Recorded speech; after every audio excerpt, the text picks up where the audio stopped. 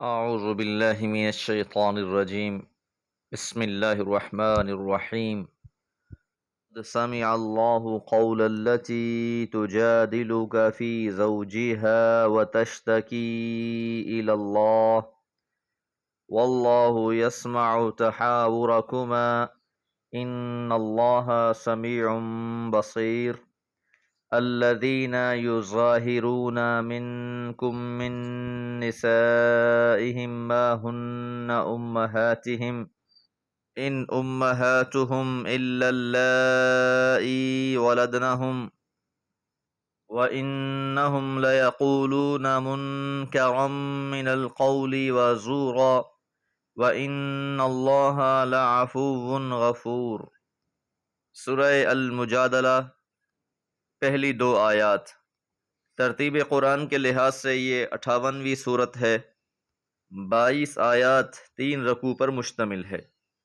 یہیں سے 28ویں پارے کا آغاز ہوتا ہے۔ قد سمع اللہ، سن لی اللہ تعالی نے، قول التی، بات اس عورت کی، سمع، سن لیا، جس طرح رکوع سے اٹھتے ہوئے بھی کہا جاتا ہے سمع اللہ لمن حمدہ، تو اللہ تعالیٰ نے اس عورت کی بات سن لی، تجادلک، جو آپ سے بحث مباحثہ کر رہی تھی، فی زوجہا، اپنے شوہر کے بارے میں، وتشتکی، اور شکوہ کر رہی تھی، الی اللہ، اللہ کو۔ اس مجادلہ کا تعلق حضرت خولہ بنت ثعلبہ سے ہے، جو پیغمبر علیہ الصلوۃ والسلام کی خدمت میں حاضر ہوئیں اور اپنا مقدمہ آپ کی بارگاہ میں پیش کیا۔ ان کے شوہر حضرت اوس بن صامت انصاری رضی اللہ تعالیٰ عنہ نے غصے میں آ کر اپنی بیوی سے کہہ دیا، انتی علیہ کا ظہر امی، یعنی تم میرے لیے میری ماں کی پشت کی طرح ہو۔ جاہلیت میں یہ جملہ کہنے سے بیوی ہمیشہ کے لیے حرام ہو جاتی تھی۔ حضرت اوس رضی اللہ تعالیٰ عنہ کو اس پر بہت ندامت ہوئی، لیکن اس بارے میں ابھی تک کوئی حکم نازل نہیں ہوا تھا اور نہ ہی کوئی کفارہ بیان کیا گیا تھا۔ حضرت خولہ رضی اللہ تعالیٰ عنہ حضور علیہ الصلوۃ والسلام کی خدمت میں حاضر ہوئیں اور عرض کیا کہ یا رسول اللہ، اوس نے میری جوانی کھا لی، اس سے میرے بچے ہیں، اگر میں انہیں اپنے پاس رکھوں تو وہ بھوکے مر جائیں گے، اور اگر اس کے پاس چھوڑ دوں تو وہ ضائع ہو جائیں گے۔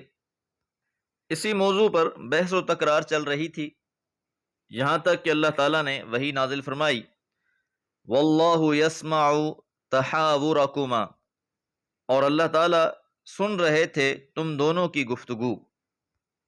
لفظ محاورہ بھی اسی سے بنا ہے، گفتگو کو کہا جاتا ہے۔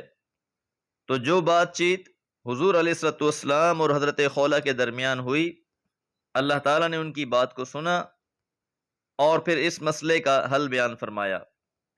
ان اللہ، بے شک اللہ تعالیٰ، سمیع، خوب سننے والا، بصیر، اور خوب دیکھنے والا ہے۔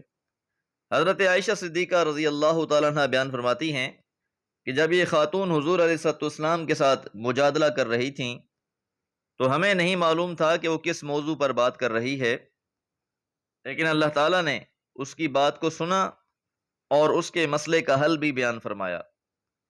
فرمایا الذین، جو لوگ یظاہرون منکم، ظہار کر بیٹھتے ہیں تم میں سے، من نسائہم، اپنی بیویوں سے، یعنی اپنی بیوی کو کسی محرم رشتے کے ساتھ تشبیہ دے دیتے ہیں، جس طرح کہ حضرت اوس بن صامت نے کہہ دیا تھا انتی علیہ کا ظہر امی، اپنی بیوی کو ماں کے ساتھ تشبیہ دے دی۔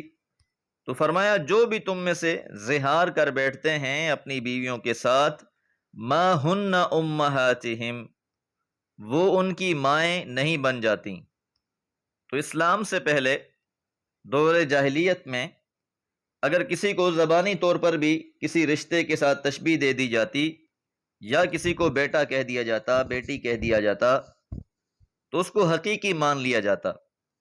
یہی وجہ ہے کہ حضرت زینب رضی اللہ تعالیٰ عنہ سے جب حضور علیہ الصلوۃ والسلام کا نکاح ہوا، جو آپ کے منہ بولے بیٹے کی بیوی تھیں، تو لوگوں نے کافی اعتراض کیا تو اسلام نے اس بات کو واضح کر دیا ہے کہ زبان سے کہہ دینے سے رشتے قائم نہیں ہو جاتے۔ تو اگر کوئی شخص زہار کر بیٹھتا ہے تو اس کی بیوی اس کی ماں نہیں بن جاتی۔ ان امہاتہم الا اللائی ولدنہم، ان کی مائیں تو وہی ہوں گی جنہوں نے ان کو جنم دیا ہے، جس ماں سے وہ پیدا ہوئے ہیں وہی ان کی مائیں ہیں۔ وَإِنَّهُمْ، اور بلا شبہ وہ، لَيَقُولُونَ، البتہ کہتے ہیں، مُنْكَرًا مِّنَ الْقَوْلِ، ایک ناگوار بات، وَزُورًا، اور جھوٹی بات۔ تو اب یہ دوسری بات ہے۔ پہلی بات تو یہ ہے کہ زبانی طور پر کسی کو ماں کہہ دینے سے وہ ماں نہیں ہو جاتی، البتہ انہوں نے اپنی بیوی کو ماں کے ساتھ تشبیہ دے کر ایک بہت ہی ناگوار اور جھوٹی بات کہی ہے۔ جس شخص نے بھی زہار کیا اسے اس منکر بات کی وجہ سے، جھوٹی بات کی وجہ سے کفارہ ادا کرنا ہوگا، جس کی تفصیل اگلی آیات میں آئے گی۔ وَإِنَّ اللَّهَ، اور بے شک اللہ تعالی، لَعَفُوٌّ، بہت درگزر کرنے والا، غفور، بخشنے والا ہے۔ تو اللہ تعالیٰ کی یہ عظمت ہے، یہ اس کی شان ہے کہ جو بھی لغزشیں، خطائیں ہو جاتی ہیں اللہ تعالیٰ درگزر بھی فرماتا ہے اور معاف بھی فرما دیتا ہے۔ اللہ تعالیٰ ہم سب کو حدود اللہ کا خیال رکھنے کی توفیق عطا فرمائے۔ وما علیہ الا البلاغ۔